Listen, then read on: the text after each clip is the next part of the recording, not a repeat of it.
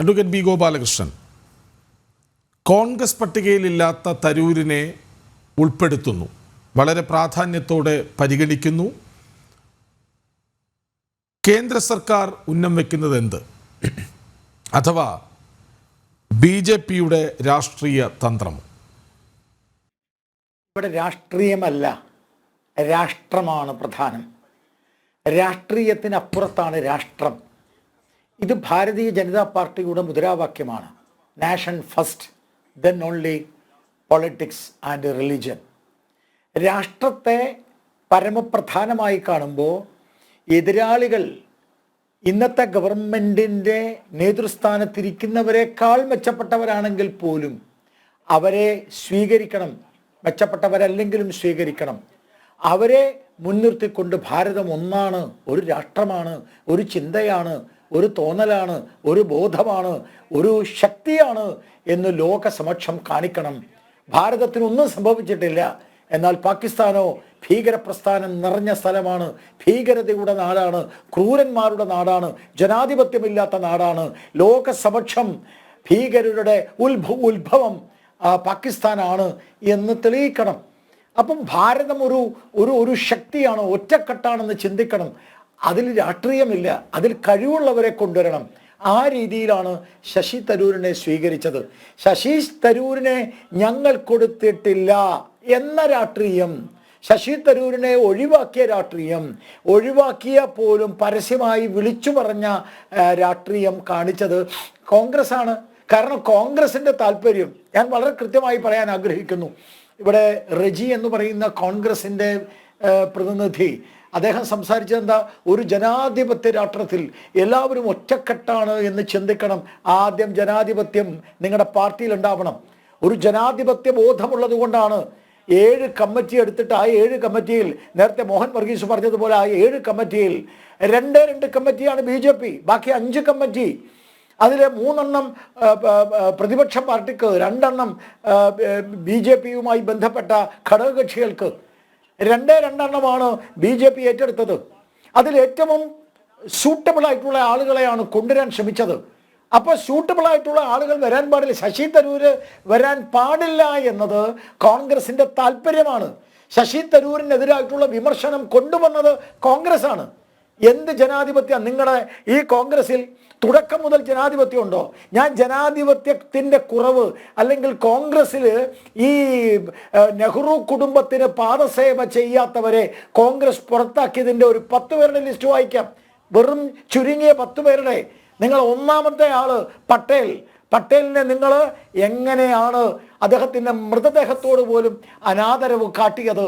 പട്ടേലിനെ എങ്ങനെയാണ് നെഹ്റു ക്രൂശിച്ചത് എന്നുള്ളത് പട്ടേലിൻ്റെ ചരിത്രം വായിക്കുന്നവർക്കറിയാം. രണ്ടാമത് പട്ടേലിന് മുമ്പായിട്ട് സുഭാഷ് ചന്ദ്രബോസ്. ആദ്യം സുഭാഷ് ചന്ദ്രബോസാണ്. അതാണ് രാംകുമാർ സാറ് പറഞ്ഞത്. ആ സുഭാഷ് ചന്ദ്രബോസിനെ ഇല്ലാതാക്കാൻ ശ്രമിച്ചില്ലേ? ചരിത്രത്തിൻ്റെ താളുകളിൽ നിന്ന് സുഭാഷ് ചന്ദ്രബോസിനെ ഇല്ലാതാക്കാൻ ശ്രമിച്ചവരല്ലേ കോൺഗ്രസ്? പിന്നെ പട്ടേലിനോട് അതേ സമീപനം സ്വീകരിച്ചില്ലേ? ലോഹിയോട്, ഇന്ത്യ കണ്ടതിൽ വെച്ച് ഏറ്റവും നല്ല തത്വചിന്തകനായ, സോഷ്യലിസ്റ്റ് ചിന്തകനായ ലോഹിയ, പട്ടേലും ഗാന്ധിയും നെഹ്റുവും ലോഹിയും ഒരുമിച്ച് ഞാൻ ഇടപെടുന്നു. ഇനി 2 പേരോടും 2 ചോദ്യങ്ങൾ, വളരെ പെട്ടെന്ന് 30 സെക്കൻഡിൽ താഴെ മാത്രം ഉത്തരം. ശ്രീ ബീറജി, നോക്കൂ, BJP-യുടേത് രാഷ്ട്രീയ തന്ത്രമാണെന്നോ സങ്കുചിത മനസ്സാണെന്നോ ഒക്കെ നിങ്ങൾക്ക് പറയാം. പക്ഷേ കോൺഗ്രസ് ഇങ്ങനെയൊരു സാഹചര്യത്തെ, ഇങ്ങനെയൊരു വിഷയത്തെ മനസ്സിലാക്കാതെയാണോ കൈകാര്യം ചെയ്തത്? വളരെ പെട്ടെന്ന് നോക്കൂ, ഒരിക്കലുമല്ല. ഈ ബഹുമാന്യനായ ശശി തരൂരിൻ്റെ സേവനം രാഷ്ട്രത്തിന് വേണ്ടി ഉപയോഗപ്പെടുത്തുന്നതിൽ കോൺഗ്രസിന് ഒരു പ്രതിഷേധവുമില്ല. കോൺഗ്രസ് സർവാത്മന അതിനെ അംഗീകരിച്ചിരിക്കുന്നു. മാത്രമല്ല, ഇത്തരത്തിലൊരു സാഹചര്യത്തിൽ ഗവൺമെൻറ് എടുക്കുന്ന എല്ലാ തീരുമാനത്തിനും നിരുപാധികമായ പിന്തുണ ആദ്യം തന്നെ പ്രഖ്യാപിച്ച രാഷ്ട്രീയ കക്ഷിയാണ് ഇന്റർനാഷണൽ കോൺഗ്രസ്. പക്ഷേ ഇവിടെ BJP ആണ് ഇരട്ടത്താപ്പ് കാണിക്കുന്നത്. ഇന്ത്യയിലെ പ്രധാന പ്രതിപക്ഷ കക്ഷികളുടെ സർവകക്ഷി യോഗത്തിൽ ഇന്ത്യയുടെ പ്രധാനമന്ത്രി പങ്കെടുക്കുന്നില്ല. നോക്കൂ, കഴിഞ്ഞ നവംബർ മാസം മഹാരാഷ്ട്രയിൽ 40 പേർക്കെതിരെയാണ് BJP നടപടി സ്വീകരിച്ചത്. അല്ലേ? 40 പേരെ, അതായത് പാർട്ടിയുടെ അച്ചടക്കം നിങ്ങൾ വിഷയത്തിനെ പറ്റി പേരിലാണ് പറ. നടപടി സ്വീകരിച്ചത്. നിങ്ങൾ വിഷയത്തെ പറ്റി പറ മിസ്റ്റർ ഡോക്ടർ രജി. മോഹൻ അല്ലാണ്ട് വെറുതെ അതൊന്നും പറയല്ലേ. ചർച്ച അവസാനിപ്പിക്കണം. ഡോക്ടർ മോഹൻ വർഗീസ്, ഈ നോക്കൂ, ഞാൻ തരൂരിന് പറഞ്ഞില്ലേ? നോക്കൂ, മുന്നിൽ വഴി എന്ത് എന്നല്ല എന്റെ ചോദ്യം. തരൂർ മുന്നിൽ കാണുന്ന വഴി എന്താണ്? ഗവർണറായിരുന്ന, ജമ്മു കാശ്മീർ ഗവർണറായിരുന്ന സത്യപാൽ മാലിക്, ഡോക്ടർ മോഹൻ വർഗീസ്, നിങ്ങൾ സത്യപാൽ മാലിക്കിന്റെ നിലപാടുകളെ അംഗീകരിക്കുന്നുണ്ടോ? ജമ്മു കാശ്മീർ ഗവർണറായിരുന്ന സത്യപാൽ മാലിക്കിന്റെ നിലപാടുകളെ നിങ്ങൾ അംഗീകരിക്കുന്നു? അങ്ങ് പറഞ്ഞോളൂ.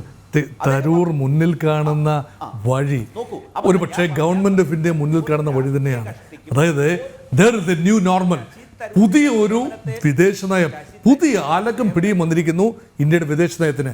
അതുകൊണ്ട് തീവ്രവാദത്തോടുള്ള നമ്മുടെ നിലപാടിന് മാറ്റം വന്നിരിക്കുന്നു. ഒരു സ്റ്റേറ്റ് ആക്ടർ ഇൻവോൾവ് ആണ്, നോൺ സ്റ്റേറ്റ് ആക്ടേഴ്സ് ആണ് എന്നിനി പറഞ്ഞിട്ട് കാര്യമില്ല, അടിക്ക് തിരിച്ചടി നൽകും. ഇത് വ്യക്തമായി ലോകത്തെ ബോധിപ്പിക്കുക. അതിന് ഉചിതമായ നയതന്ത്ര നീക്കം എന്ന നിലയിലാണ്, തന്ത്രപരമായ നീക്കം എന്ന നിലയിലാണ് ഈ ടീം പോയിക്കൊണ്ടിരിക്കുന്നത്. അതിന് ഏറ്റവും ഉചിതരായ ആളുകളെ വേണം. ഇവിടെ ചക്കളത്തെ പോരാട്ടം നടത്തി നമ്മുടെ രാഷ്ട്രീയ കക്ഷികൾ ഞാനാണോ നീയാണോ വലുത് എന്ന രീതിയിൽ ചക്കളത്തെ പോരാട്ടത്തിലൂടെ കാര്യങ്ങൾ സെറ്റിൽ ചെയ്യേണ്ട കാര്യമല്ല. The world community is watching India. അതുകൊണ്ട് we have to put a Brave face.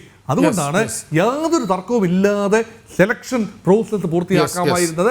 ഈ രൂപത്തിൽ എത്തിച്ചിട്ട് ജയറാം രമേശിനെ പോലൊരു നേതാവ് തരൂരിന് നേരെ കൃത്യമായി ഉറക്കെ വിളിച്ചു പറയുന്നുണ്ടെങ്കിൽ, അതായത് കോൺഗ്രസ് ഒരു വലിയ പുഴയാണ്, അതിന് കൈവഴികൾ ഉണ്ടാകാം, അതിൽ ചിലത് മലിനമാകാം എന്ന് അങ്ങനെ ശശി തരൂരിനെ ചൂണ്ടി ഉറച്ചു വിളിച്ചു പറയുന്നുണ്ടെങ്കിൽ എന്താണ് ലക്ഷ്യം? ഹൈക്കമാൻഡ് ലക്ഷ്യമിടുന്നത് ഓപ്പറേഷൻ തരൂരോ, BJP ആഗ്രഹിക്കുന്നതും അതോ? ഇങ്ങനെ രണ്ട് ചോദ്യങ്ങൾ കൂടി പ്രേക്ഷകർക്ക് മുന്നിലേക്ക് വെക്കുന്നു.